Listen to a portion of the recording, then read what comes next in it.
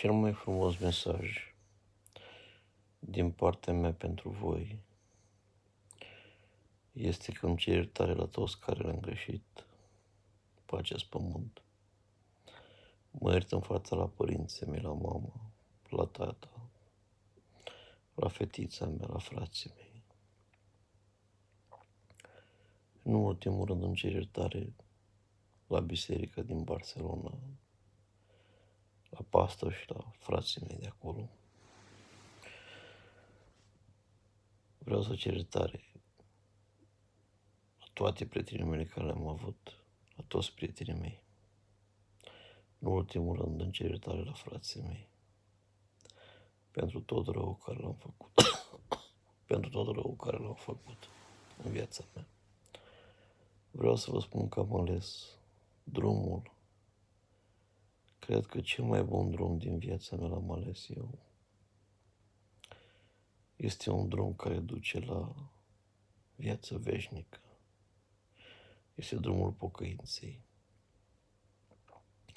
Pentru că am realizat că nimic nu e mai frumos decât să stai lângă Domnul, să te abazi de la rău.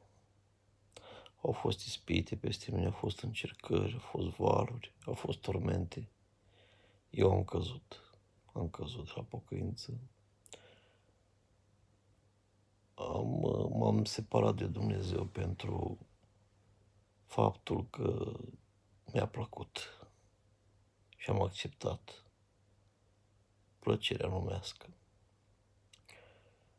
Am intrat în iad, am stat un timp în iad și am văzut că nu sunt fericit, nu am liniște, stres, depresie, mi-am pierdut munca,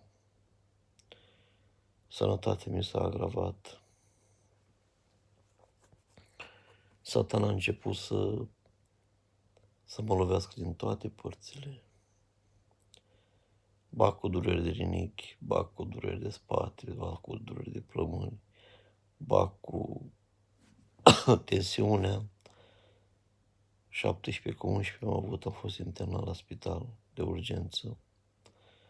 Ba cu infecții în piept, ba cu tratamente, ba cu ceartă zi de zi, stres, necazuri, lipsuri, nervi. Nu mai cunoșteam ce-i pacea și ce liniște. Așa că fac video ăsta. Fac acest videoclip ca toată lumea să înțeleagă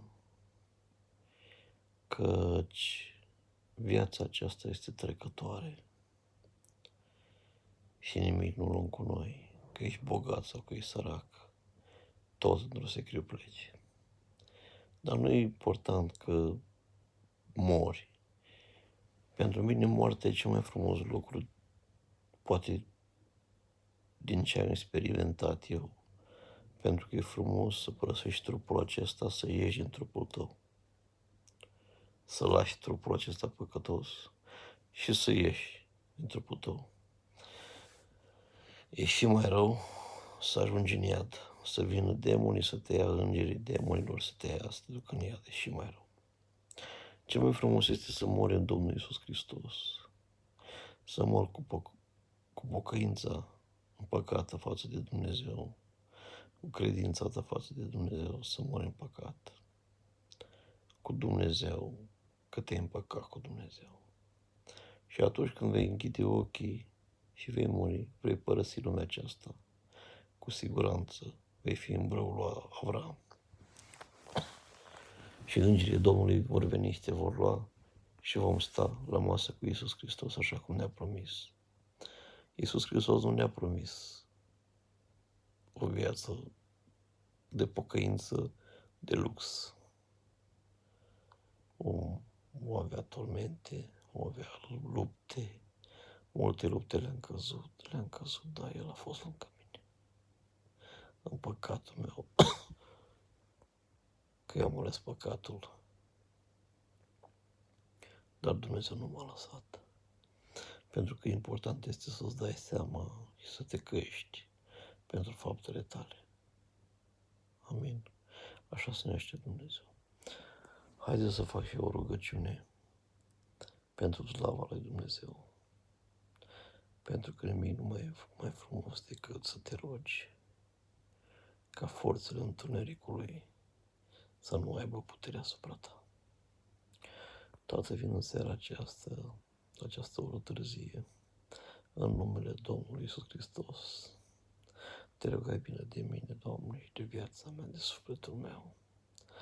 Îți mulțumesc, Doamne, că ai șters numele meu din cartea iadului și l-ai scris în cartea vieții.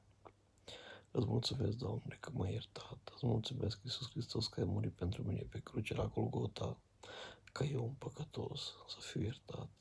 Și ai spălat cu sângele Tău, Doamne, păcatele mele și viața mea. Doamne Iisuse Hristoase, ai milă de viața mea și de sufletul meu. Amin. Doamne, ai milă și de Tanța, Doamne. Ai milă, Doamne, și de frații mei, Doamne. Ai milă, Doamne, și de Baltazar și Mirela, Doamne. Ai milă, Doamne, năsui de acolo și de Liliana și Băniță, Doamne. Ai milă, Doamne, de toate cele prostituate ce stau la stradă, Doamne. De Maria, Doamne, de Roxana. Iisus Hristos, ai milă de ei. Ai milă, Doamne, de mutul Iisuse, să se întoarcă la Tine, Doamne Dumnezeule. Ai milă de Ionuț, Doamne. Ai milă, Doamne Iisuse, de familia mea, de frații mei, de mama mea, de tata, de fetița mea, Doamne. Ai milă, Doamne Iisuse Hristoase, și fă să te cunoască de Daniel acolo în pușcărie, năsuie de Doamne. Acolo în Göteborg, unde este, Doamne. Ai milă, Doamne, și de cuvântul Tău să se pocăiască, Iisus, în numele Domnului Iisus. Ai milă și de tatăl lui Daniel, Doamne, să se pocăiască, Doamne. Să se pocăiască și mama sa, Doamne, la România, Doamne. Ai milă de copilul Tanța, de Alex, Doamne, și de Brosco, Iisuse Hristoase. Ai milă, Doamne, și ajută să se pocăiască și să cunoască cuvântul Tău, Doamne. El să se lepede de ei, Doamne, să se lepede de plăceri și de păcate, Doamne. Ajută-i, Doamne, Dumnezeule. Ajută să se pocăiască cu toți, Iisuse Hristoase. Așa cum ai întors pe mine la pocăință, Iisuse. Așa întoarce și pe ei, Doamne, și fă să cunoască cuvântul Tău, Doamne. Cuvântul Tău să penetreze ca un duble fiu cu sabia, Doamne, cum tai, Doamne, în două, cu sabia spirituală în numele Domnului Iisus Hristos, Doamne. Ajută, Doamne, Iisuse Hristos, și penetrează cu această sabie spirituală în sufletul lor, Doamne. În inima lor, Doamne, să cunoscă cuvântul Tău, să se lase de păcate și de rele, Doamne. Ai milă, Iisuse Hristoase, cum ai avut milă și de mine, Doamne, și m-ai chemat la pocăință, Doamne, ca să predic Evanghelia, să fiu un predicator, un evanghelist, Doamne, să fiu copilul Tău care duce cuvântul mai departe, Iisuse Hristoase. Ai milă, Iisuse Hristoase, Doamne, ai milă de viața noastră, Doamne, ai milă, Doamne Iisuse, de frații mei, ai milă de biserica din Barcelona, Doamne, Amor în Cristo, Doamne, ai milă, Doamne Iisuse Hristoase, de toți prietenii mei, Doamne Iisuse, ai milă și de Maira, Doamne, să pocăiască cu adevărat și ea și copiii ei, Doamne. Ai milă, Iisus Hristos, de Ada, Doamne, din Barcelona, Doamne. Ai milă, Iisus Hristos, de toți dușmanii mei, Doamne, că Tu știi, Doamne, sufletul meu, că duce spre pocăință, Doamne. Ai milă, Doamne Iisuse, și ține-mă tare pentru cuvântul Tău, Doamne, ca să pot, Doamne, duce cuvântul mai departe, ca să pot să fiu un vas de prelucrare pentru Tine, Doamne, și să mă folosești, Doamne, peste tot în această lume, Doamne. Dacă nu pot să merg, Doamne, să predic Evanghelia la biserici, Doamne, folosește-mă pe această rețea de internet, YouTube, Doamne, în numele Domnului Iisus Hristos, în numele Tatălui și al Fiului și al Duhului Sfânt, Doamne, pentru toate aceste suflete ce m-a rugat. Ai milă de Tanța, Doamne, așa cum am iubit-o, Doamne, și o iubesc. Ai milă de ea, Doamne, să se toarcă la foc.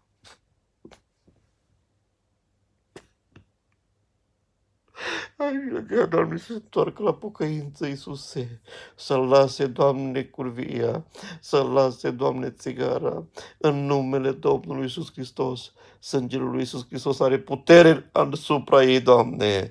Tu ai putere, Doamne, belșug, și bogăție, Doamne. Tu ne-ai promis, Doamne, un rai sfânt, Doamne. Căile tale sunt căi de aur, Doamne Iisuse Hristos, în numele Domnului Iisus Hristos. Ai milă de tanț acolo, secte, Doamne, și coboară-te în inima ei, Iisuse Hristoase, și taie cu sabia spirituală, Doamne, toate legăturile răului, în numele Domnului Iisus Hristos. Sângele lui Iisus Hristos are putere, sângele lui Iisus Hristos are putere, sângele lui Iisus Hristos are putere asupra ei, Doamne, și curăță, Doamne, din cap până în picioare, și fă-o, Doamne, o fiică de-a Ta, Doamne, și pune-i coroana vieții veșnice pe cap, Iisuse Hristoase. Fă-o prințesa Ta, Doamne Iisuse Hristoase, ca lumea să se sperie, Doamne, să vadă pocăință în ea, Iisuse, să vadă adevăr în ea, Doamne Iisuse, să vadă că Tu ești Dumnezeul lui Avram, Isaac și Iacov și faci schimbarea totală, Doamne, în timpul adecvat Ție, Doamne. Nu e după voia mea, Doamne, ci e după voia Ta, în numele Domnului Iisus Hristos. O declar, Doamne, o fiică de împărat pe Vasile Vasilica, Doamne. Pe Tanța o declar, Doamne, fiica Ta, Iisuse. Ea o să vină la Tine în numele Domnului Santalelui, în numele Domnului Iisus Hristos. Și o să se pocăiască, o să se pocăiască și o să urmeze cuvântul Tău. Amin, Doamne. Îți mulțumesc, Doamne, pentru această rugăciune. Doamne Iisuse Hristoase, Tată Ceresc, ai milă și îndurare de toate aceste suflete ce m-am rugat pentru ele. Dumnezeu nu se uită la fățișarea omului, cât de frumos ești, cât de bine ești. Se uită la sufletul tău. Și dacă inima ta e predată Domnului, ai câștigat viața veșnică. Cea mai bună afacere pe care o poți face e să te bagi cu Dumnezeu. Domnul Iisus să vă binecuvânteze. Amin. Cu viața veșnică.